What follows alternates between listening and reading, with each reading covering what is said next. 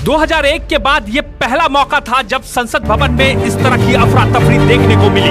SPG के जवान gate की तरफ भागते हुए नजर आए। दरअसल ये दृश्य ऐसा था जो 2001 की यादों को ताजा कर गया। जब जंतर मंतर से निकला था छात्रों का हुजूम, किसी को इस बात का अंदेशा नहीं था कि छात्रों का यह हुजूम देखते ही देखते पार्लियामेंट के गेट तक पहुंच जाएगा। नौबत ये आ गई कि प्रधानमंत्री नरेंद्र मोदी समेत देश के सभी आला नेता संसद भवन में मौजूद थे।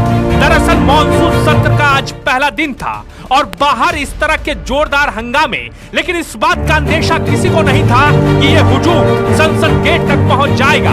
नौबत ये आ जाएगी कि प्रधानमंत्री नरेंद्र मोदी को निकालने के लिए अलग से कॉरिडोर तैयार किया जाएगा।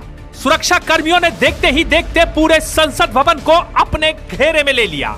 प्रधानमंत्री नरेंद्र मोदी को एक खास सुरक्षा घेरा में लेकर संसद भवन से बाहर निकाला गया। देर रात से ही अलग अलग इलाकों से लोग जंतर मंतर पहुंचने लगे थे। सुबह होते ही जंतर मंतर पर गहमा गहमी बढ़ गई। कनॉट प्लेस से लेकर 12 खंबा रोड, मंडी हाउस से लेकर तमाम ऐसी सड़कें जो जंतर मंतर की तरफ जा रही थी, उन सड़कों पर छात्रों का, लोगों का हुजूम दिखाई दे रहा था। थोड़ी देर बाद ये हुजूम जंतर मंतर से निकलकर पार्लियामेंट की तरफ बढ़ने लगी। बीच रास्ते में कहीं कहीं पुलिस और इस हुजूम के बीच टकराव भी हुआ।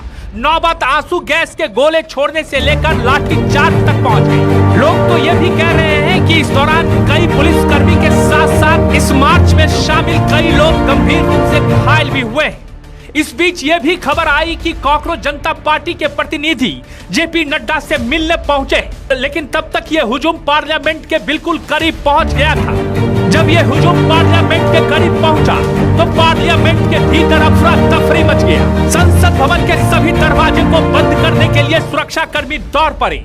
सभी दरवाजों को बंद कर दिया गया। दरवाजों के पीछे पुलिस ने अपना मोर्चा संभाल लिया।